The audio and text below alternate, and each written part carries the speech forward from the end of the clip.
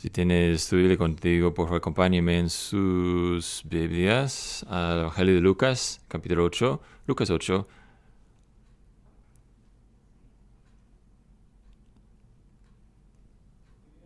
El principio del libro de Hechos, volumen 2 de la gran obra de Lucas. En este libro habla del Evangelio de Lucas como libro de lo que Jesús empezó a hacer enseñar.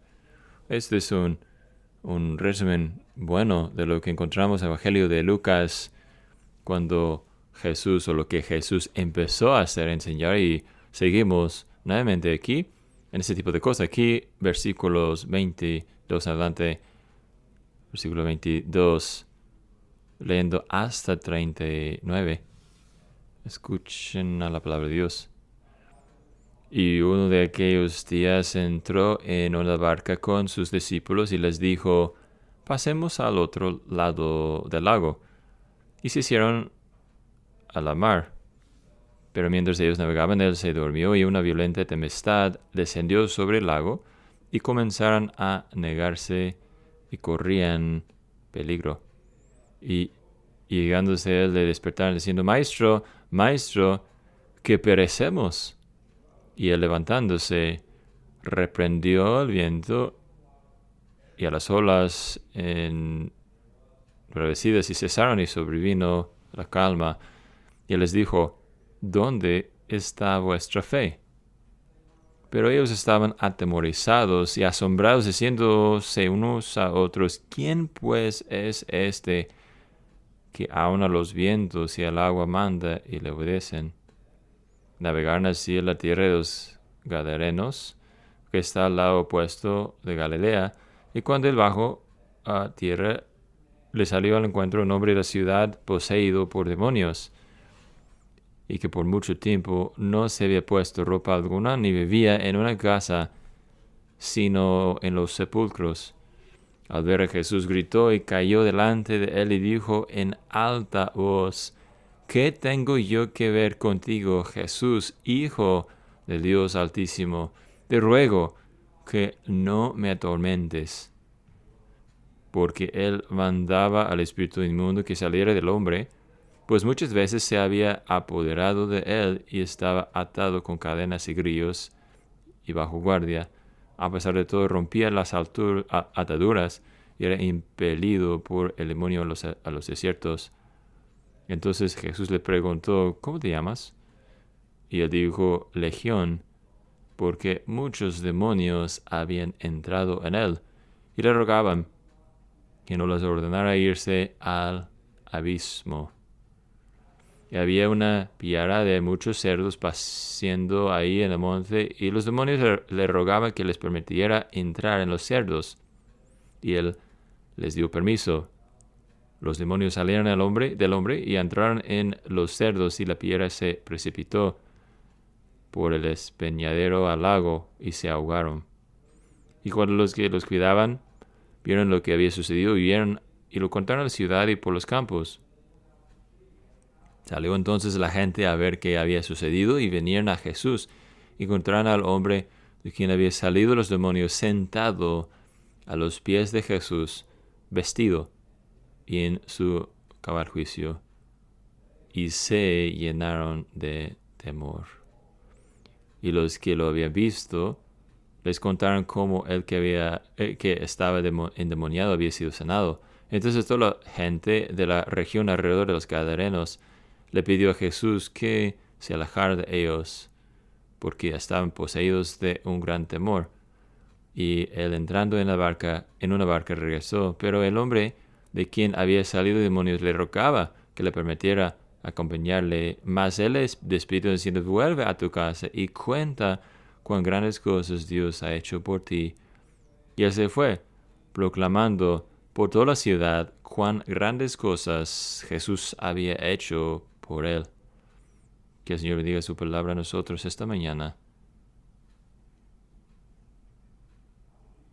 ¿Cómo es que tú tratas con el poder?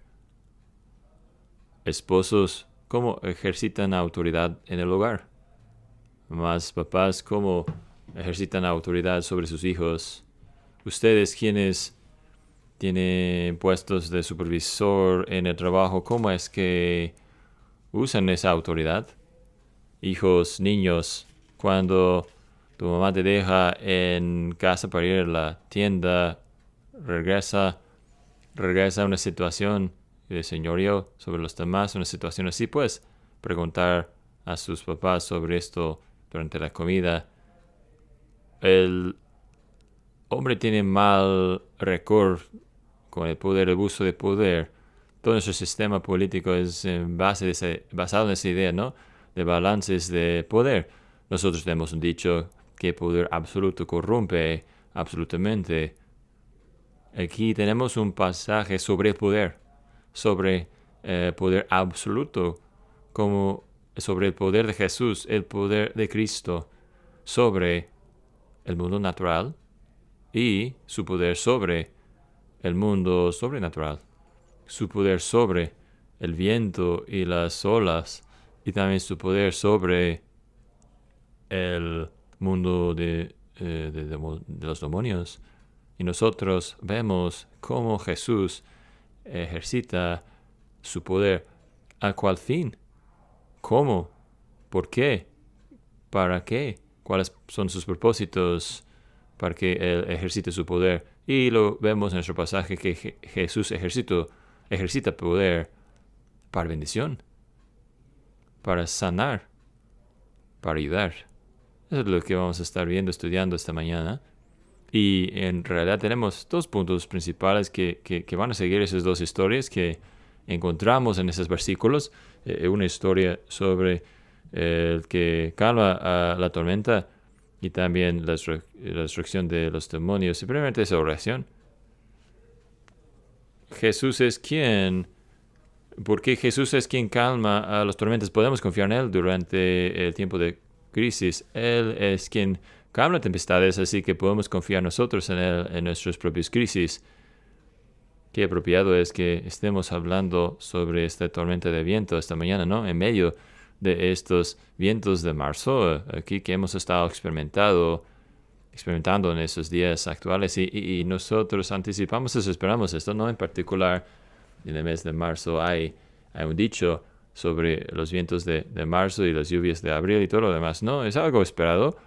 Y tormentas en el mar del mar de Galilea era algo esperado, normal, por la geografía y todo lo demás. Está bajo el mar, el nivel del mar, así, y por las montañas alrededor, el frío, estaba el agua y más bien el agua, el frío y caliente mezclaba y había veces tormentas violentas.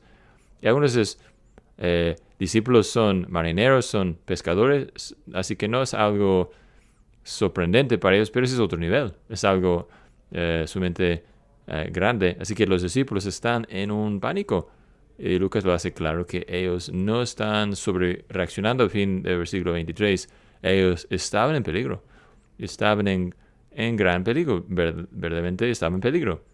Y hay cosas que podemos mencionar aquí de esos versículos. No podremos mencionar cuál es la diferencia entre el pánico de los discípulos y el sueño sireno de Jesús, ¿no? Esta confianza perfecta que Jesús tenía en su Padre para que Él pueda descansar. Podemos hablar también sobre cómo las dos naturalezas de Cristo son claramente demostradas aquí, que a un lado, Él es quien es Señor sobre la tormenta. Él habla y las olas y el viento cesan, pero a la vez también es un hombre verdadero, se cansa, ¿no? Y necesita dormir. Y aparentemente duerme muy bien, muy profundamente. Podemos hablar de eso, pero yo creo que lo que Lucas quiere que mencionemos, en que nos enfoquemos aquí es, por tan grande que sea el caos por afuera de los discípulos, también hay un caos que está pasando en sus corazones. Hay una crisis sucediendo en sus corazones. Y yo digo esto porque, por causa de varios comentarios, si sigues el diálogo, la conversación que está pasando aquí en versículos 24 y 25, notas primeramente que los discípulos le llaman maestro. Hemos mencionado esto antes, ¿no? Lucas tiene esta manera de notar respuestas de los evangelios, de los discípulos que no no entienden 100% quién es Jesús. Hay falta de comprensión plena todavía en cuanto a quién es una estimación inadecuada de Jesús, de quién es Jesús. Y usa esta palabra maestro 6-7 veces a través del Evangelio. Maestro, maestro. Lucas nos está dando una pista, ¿no? Aquí es la situación. Por lo tanto, que conocen a Jesús, todavía no conocen a Jesús como deben de hacerlo. Y eso es, por eso tiene pánico, ¿no? Finalmente, a fin de cuentas, están panicados por esto. Y luego, claro, vemos a Jesús respondiendo con esa corrección suave y tierna de él cuando dice, ¿dónde está vuestra fe? En versículo 25. Y mientras él tranquiliza, calma el mar, vemos que su respuesta es ¿quién? ¿Quién puede ser esto? ¿Quién es esto? ¿Quién es este que aún, después de todo eso, ¿no? Que aún los vientos y agua obedecen? Después de todo habían visto todo lo que Jesús había hecho en cada lugar. Eso es algo sorprendente, ¿no? Así que por lo tanto que lo conocen, no lo conocen como deben conocerlo. Así que aquí tenemos una manifestación de gran poder y aquí está Jesús demostrando su deidad, que es el Señor de todo. Y yo estaba viendo los salmos esta semana pensando en este pasaje. Yo encontré por lo menos 5 salmos diferentes en que este es un tema en que Dios expresa su deidad al declarar su señorío sobre las aguas, sobre el mar. Así que es claro como cristal lo que Jesús está haciendo. Él está siguiendo esa declaración y lo está haciendo suyo.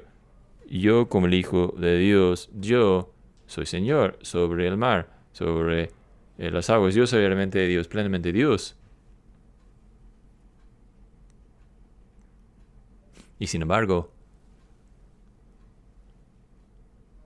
los discípulos, la fe de los discípulos no puede alcanzar, ¿verdad? Y podemos entender eso nosotros también, pero quiero que noten, debemos notar aquí lo que Lucas quiere que notemos aquí, y eso es que Jesús es gentil y paciente en su tratar con sus discípulos, ¿no? Él dice, ¿dónde está vuestra fe? Pero yo creo que si tú y yo tuvimos que ser honestos, ¿cómo vemos al Señor? ¿Cómo obra el Señor? Lo vemos a nosotros, a Él sentado en el cielo, con sus brazos cruzados, viendo un poco molesto, desilusionado, mientras nos ve a nosotros y es como si nosotros lo escucháramos diciendo, pues si podrías portarte un poco mejor y si alcanzas un poco tu fe a cierto nivel, luego te voy a ayudar. Pero esta historia es diferente, ¿verdad? Esta historia es muy diferente en que no es Jesús en el cielo viendo hacia abajo. Jesús está con ellos. Jesús está ahí en medio. Él está experimentando la misma tormenta. Él está en medio de la misma crisis que están ellos. Y Él lo dice, bueno, si solamente quisieran mostrar un poco de fe, entonces yo voy a hacer algo. No, Él viene y ayuda. Él calma la tormenta y usa esto para aumentar su fe.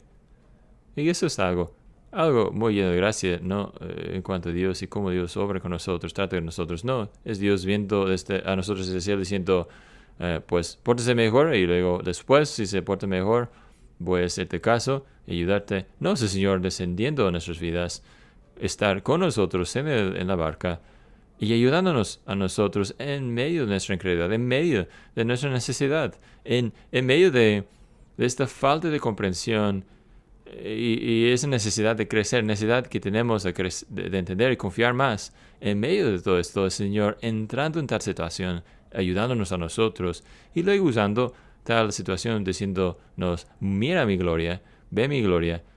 Y uso esto para medio de crecer nuestra fe, aumentar nuestra fe. Así es como va a crecer nuestra fe al ver más de la gloria de Jesús. ¿Qué ayuda es esto, no? Para nosotros, en que meditemos en eso, pensemos en eso. El Señor manifestando su gloria en nosotros y luego nuestra fe siendo ayudada y ve mi gloria como el que calma a las tormentas, viéndome cómo soy, para que tú puedas confiar en mí más y seguir confiando en mí más y más y más. Esto es Eso es algo increíble, no maravilloso, que en Jesucristo nosotros vemos trascendencia y también ternura unidos. Grandeza y gracia juntos. Ese es todo nosotros, ¿no? Como el pueblo de Dios. Como gente que sí es como los discípulos. Gente que sí estamos en medio de nuestras crisis y esa crisis es como tantos problemas que vienen a nosotros. Es repentino y inesperado y violento y nos sacuda hasta nuestro corazón, ¿verdad? Y hasta Cristo con nosotros en medio de tal crisis. En algún momento ayudándonos y el siguiente momento ayudándonos a crecer en nuestra fe por, por, por tomar nuestra mano y cuidarnos y guiarnos más adelante a comprensión más pleno y una fe más plena, un amor también más pleno. Así que Jesús no es una amistad de buen tiempo solamente. Él está con nosotros en medio de crisis, no para que podamos seguir adelante como una fe de bebé, una fe de principiante, sino para que crezcamos en nuestra fe, en nuestro amor, para que crezcamos en nuestro servicio a Él. Él es el que calma a las tormentas, tempestades, así que podemos confiar en Él en medio de crisis. Bueno, es la primera cosa que queremos ver, pero que prestemos un poco más atención a la parte más grande de nuestro pasaje. Y la segunda cosa que vemos aquí es que Jesús es el peligro o la destrucción de los demonios. Es la destrucción de los demonios. Podemos ver a Él para librarnos. Podemos ver a Él, buscar a Él para librarnos a nosotros. Bueno, todavía están en el agua, todavía están en el mar de Galilea, pero ellos siguen adelante en su viaje y ellos están yendo al otro lado del lago. El otro lado del mar es el lado oscuro, por decirlo así. Es el lado oscuro del mar. El lado de Galilea es donde es una mezcla de gente, ¿no? Pero la mayoría de ellos siendo judíos, pero ahora van al otro lado, que es la mayoría de ellos son gentiles.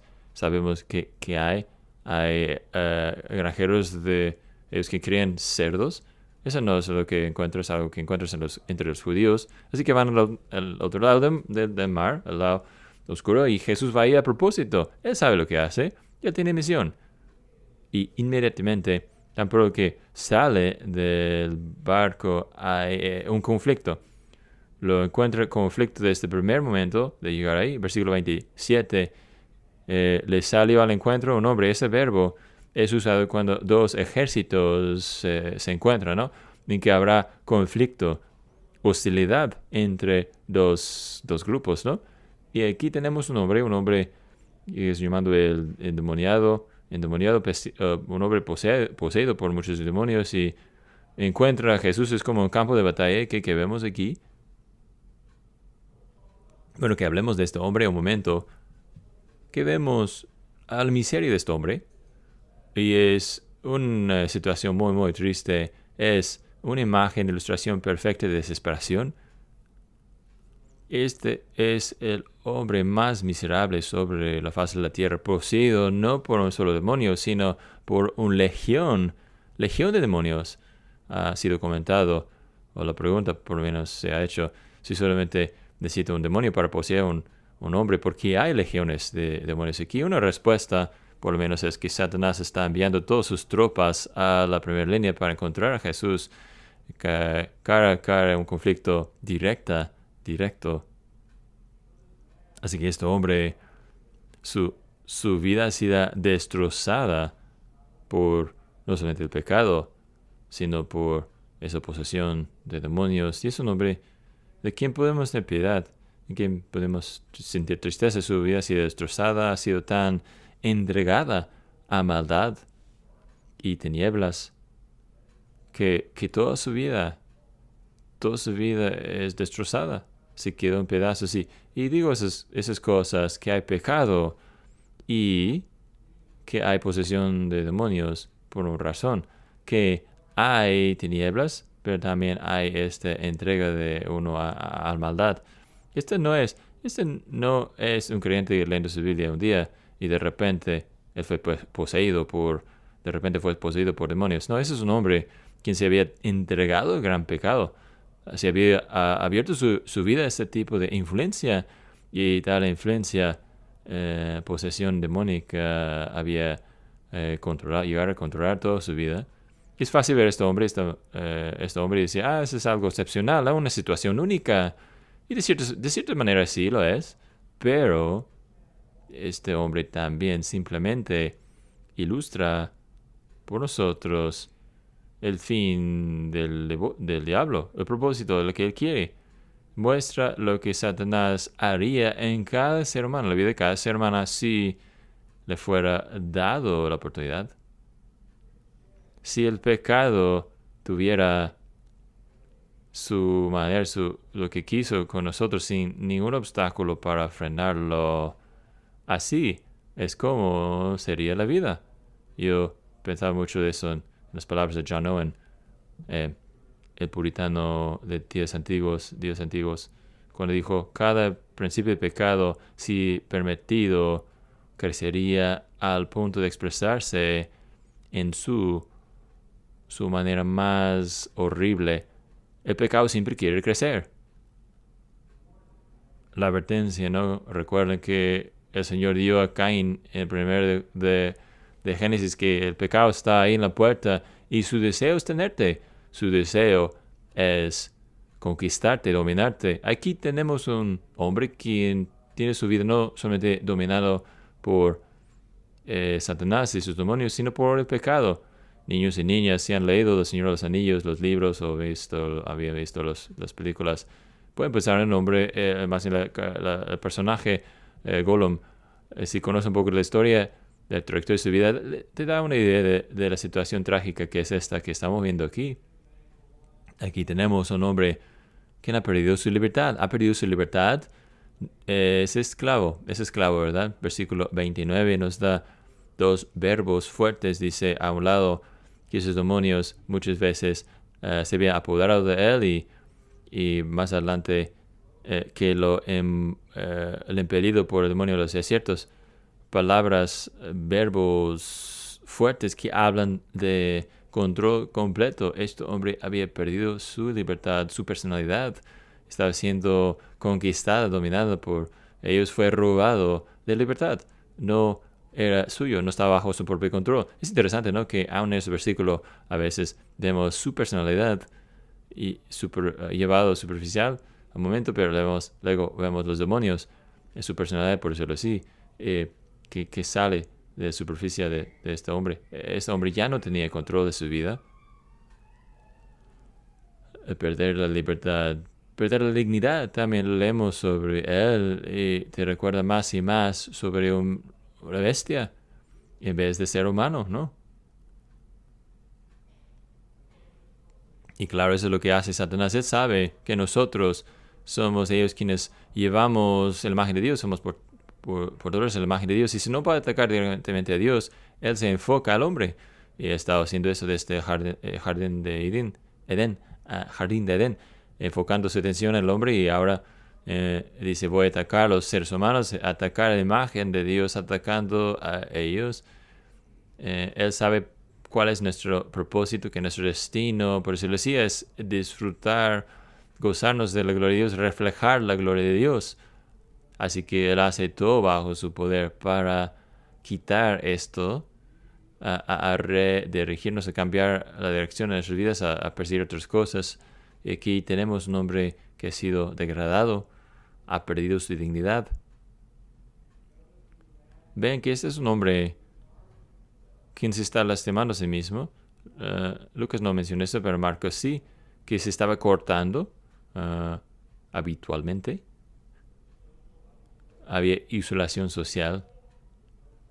No había hogar. Él está solo. No tiene familia. Sin amistades. Él vivía entre los sepulcros. Estaba más atraído a la muerte que a la vida. Una vida maldita. Alejado de Dios. Alejado del hombre. Entre los sepulcros, solo, cortándose, gritando, clamando.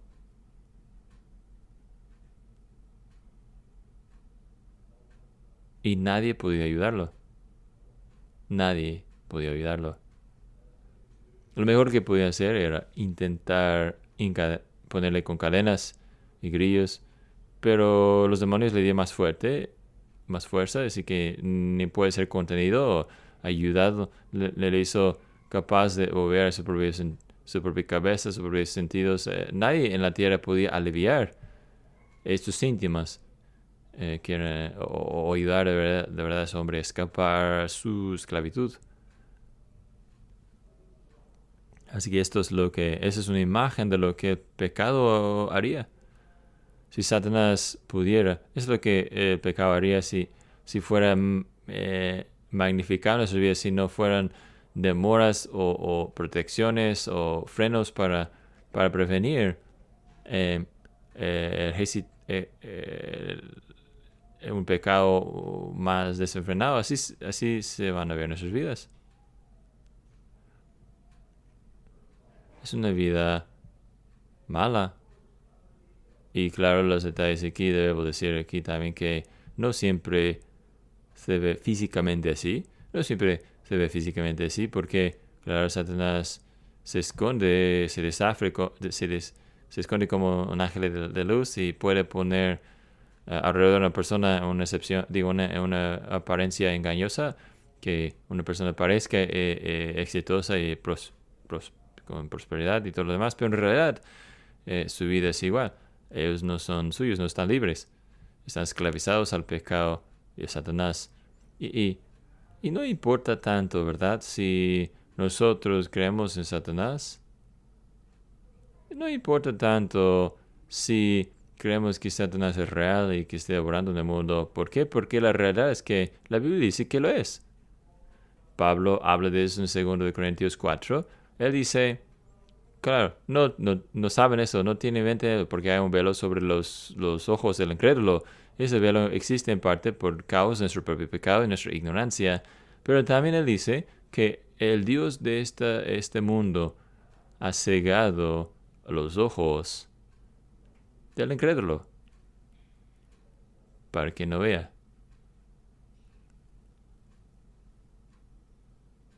Así que Satanás está obrando en el mundo. Él es el enemigo de nuestras almas. Eso es lo que Él haría a ti y a mí, sino por Cristo, sino por el Espíritu Santo, su presencia en nuestras vidas, sino por la protección que Cristo da a su pueblo. Eso es lo que Él haría a cada uno de nosotros. Y esa es la miseria no solamente de este hombre, sino la miseria de todos los hombres, quienes se encuentran lejos de Cristo, de perder la libertad, sin dignidad, sin personaje, por decirlo así, a cierto grado. Que es por eso que es tan importante que nosotros no hablemos solamente de su miseria, sino que hablemos de la autoridad de Cristo aquí, la autoridad de Jesús aquí. Vean con cuánta prisa se cambia la dinámica de poder aquí, dinámico de poder que aquí es Satanás, el atormentador, que ahora tiene miedo de todas las cosas a ser atormentado. Aquí es él quien ha dominado a este hombre, como Lucas nos dice, por mucho tiempo. Ahora Jesús viene, aparece en el escenario y ven que es Jesús quien está haciendo el ordenar aquí. Viene esa palabra, versículo 29 y 31. Porque Él mandaba. Versículo 32. Él permite que los demonios vayan a la piara de cerdos, ¿verdad? Les da permiso. Jesús tiene control total. Ellos saben quién es Jesús. Es interesante, ¿no? Que los discípulos en versículo 25 dicen, ¿quién puede ser esto?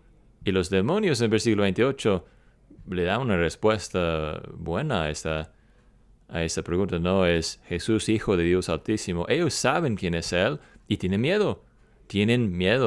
No quieren ser atormentados de antemano. Ellos saben que el día de juicio está por venir y no quieren ser atormentados antes de aquel día, Jesús es quien ordena. Jesús es quien manda, es quien permite. Y de repente los demonios son quienes están rogando. Ven esa palabra en versículo 28 y 31 también y 32. Te ruego, están rogando a Jesús. Él ordena, Él permite, Él manda, ellos ruegan.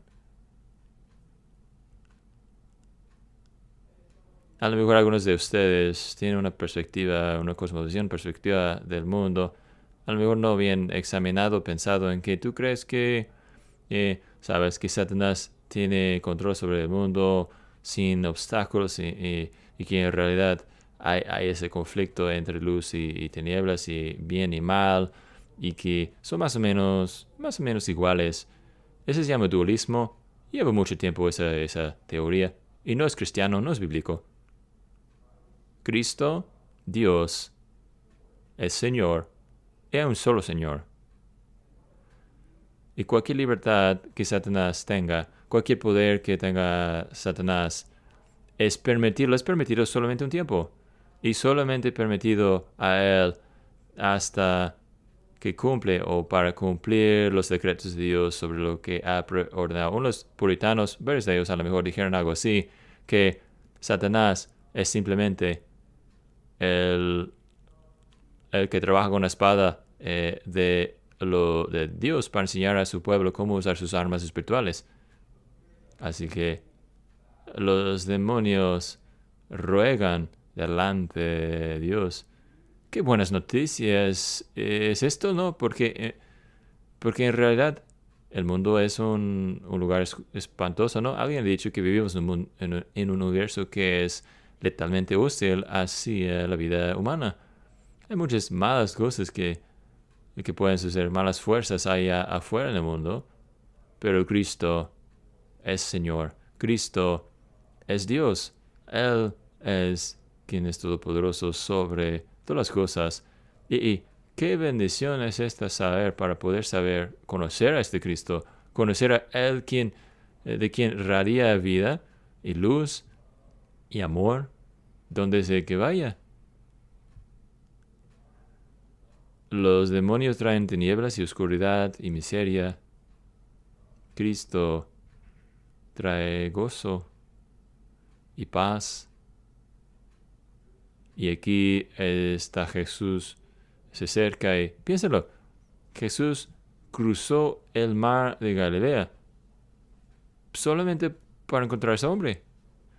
Cruza el mar en medio del mar y tormenta. No fue desviado, sigue más adelante, va al lado oscuro del mar, encuentra este conflicto con los demonios, salva a este hombre. La versión de Mateo son dos hombres, pero un hombre toma preeminencia. Aquí los salva, los ayuda, los sana y luego regresa a su barca y cruza nuevamente el mar. Así es el tipo de Salvador que tú y yo tenemos.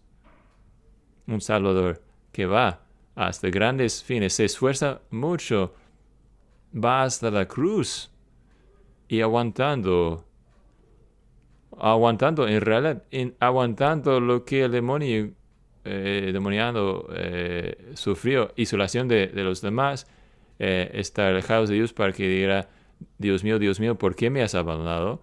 Desnudez y vergüenza y dolor, clamando. Eso es lo que sufre Él por ti, eso es lo que sufre Él por mí. Y Jesús es quien rompe las cadenas más fuertes, sin importar qué tan profundo es tu esclavitud al pecado, sin importar que ha desfigurado, torcido ha llegado a ser tu corazón por causa del pecado. Él puede venir y puede sanarte. Él sanó a aquel hombre. Esa es la palabra en versículo 36. Fue poseído, había sido sanado, fue sanado.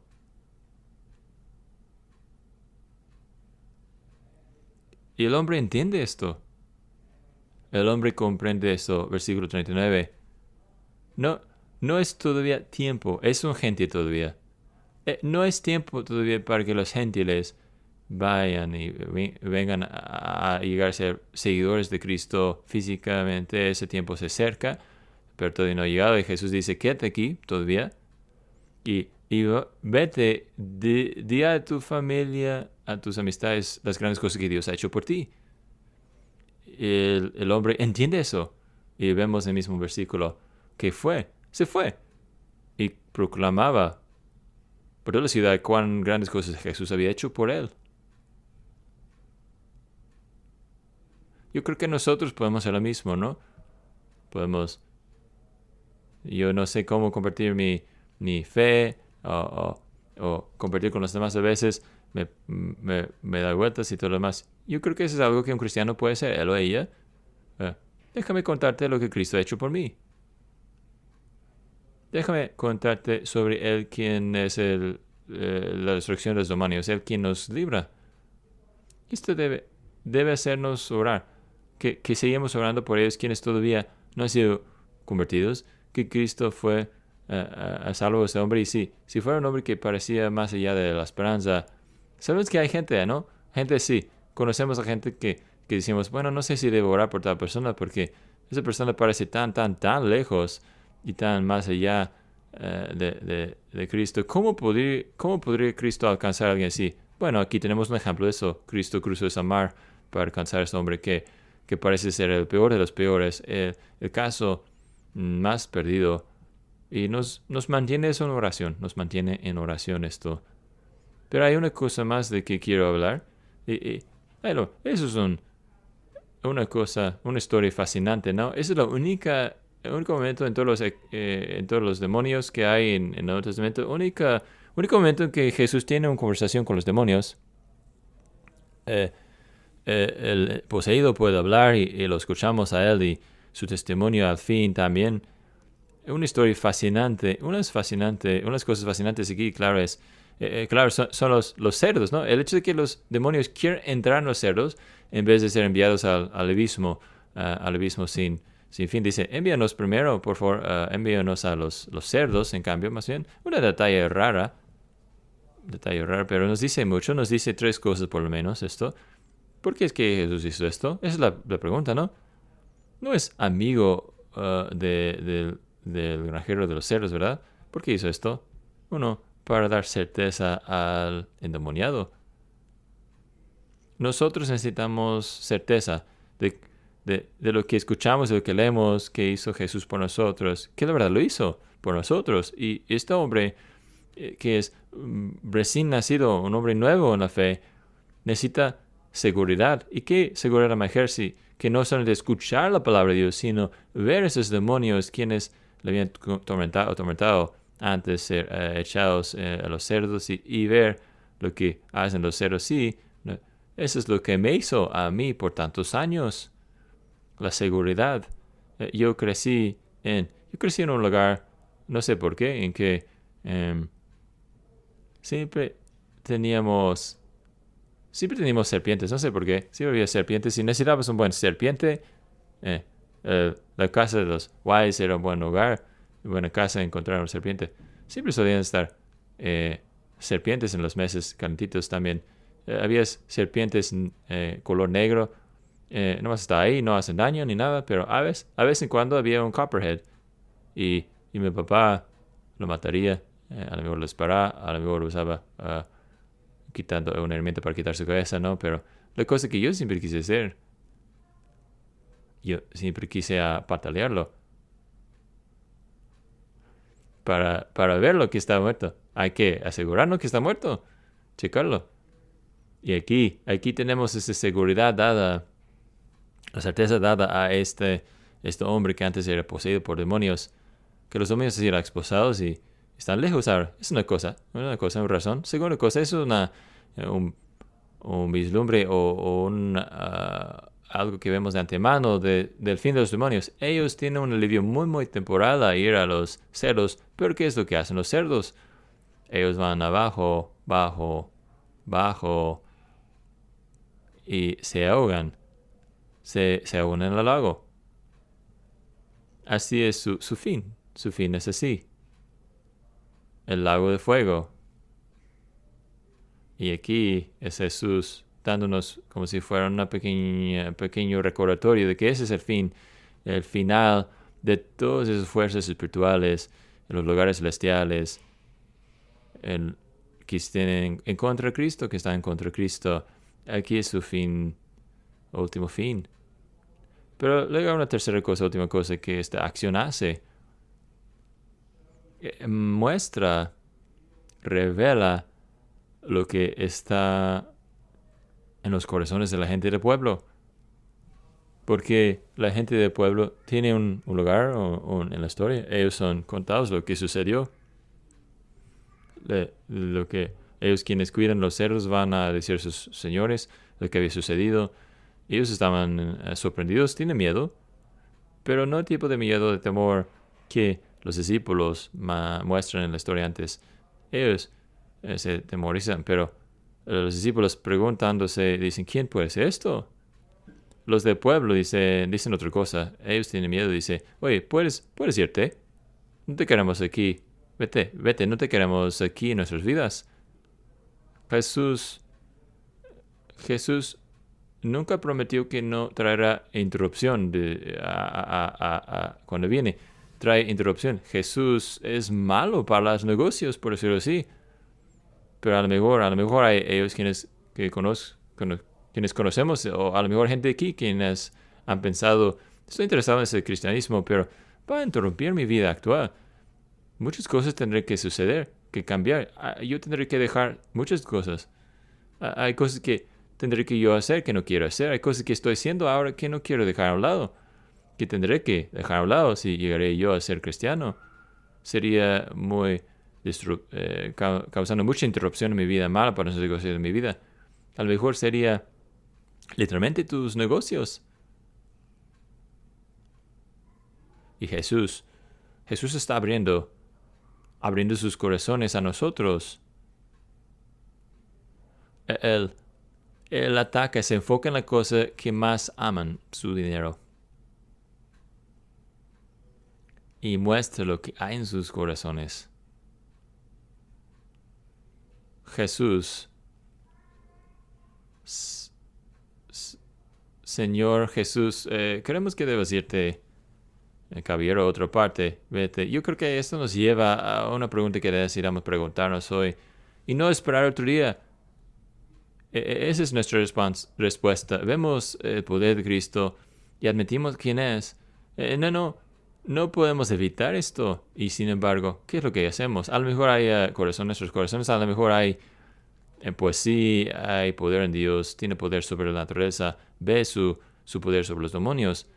Pero este temor nos lleva a desear conocer más y llegar a conocerlo a Él mejor. O tal temor nos lleva a empujar, a alejarnos de Dios, decir, ya no quiero más de ti, no quiero verte más.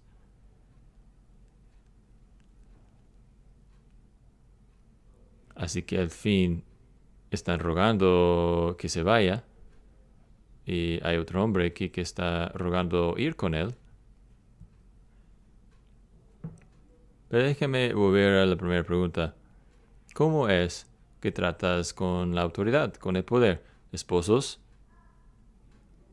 ¿tú llevas autoridad de una manera que busca bendecir a tu esposa? ¿O una manera que busque subrayar tu lugar en el hogar? Mamá, papá, ustedes están usando autoridad sobre sus hijos y con tus hijos de una manera que los lleva a Jesús, o para alejarlos. Cuando estás en el trabajo, en este papel de supervisor que tienes, ¿estás usando tu autoridad para hacer bendición a los demás, los bajo tu autoridad? ¿O estás usando para engrandecerte a ti mismo? Aquí tenemos un Salvador, tenemos el Hijo de Dios, al Hijo de Dios, quien usa su poder para ayudar a los sin ayuda. Y qué gran Salvador es esto para que lo conozcamos, para que lo sigamos. Qué Salvador, qué gran Salvador a emular. No solamente poder, sino poder de gracia que viene a nuestro mundo de tinieblas, mundo caído y trate con nosotros en paciencia, trate con nosotros bondadosamente porque ha venido para bendecirnos, ha venido aquí para ayudarnos, ha venido aquí para sanarnos, ha venido aquí para librarnos. Y uno, queremos conocerlo, y dos, queremos ser como Él. Que el Señor nos muestre gracia para que podamos hacer ambos, conocerlo y ser como Él. Amén. Vamos a orar de pie, por favor.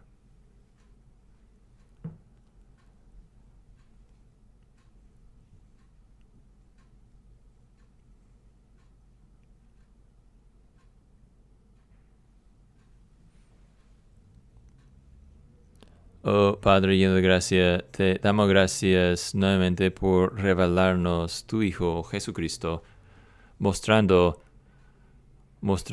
a hacernos un Salvador, no solamente lleno de poder y sobre todas las cosas, sino mostrándonos, enseñándonos un Salvador poderoso, quien usa su autoridad para bien y para bendición, quien lleva tal poder con paciencia y ternura y amor. Así que, Señor, pedimos que podamos encontrarlo, ser justamente el Salvador que necesitamos. Y justo el Salvador que quisiéramos, de quien quisiéramos aprender como modelo. Y pedimos, oh Señor, que nos enseñes más sobre este Jesús trascendente, tierno.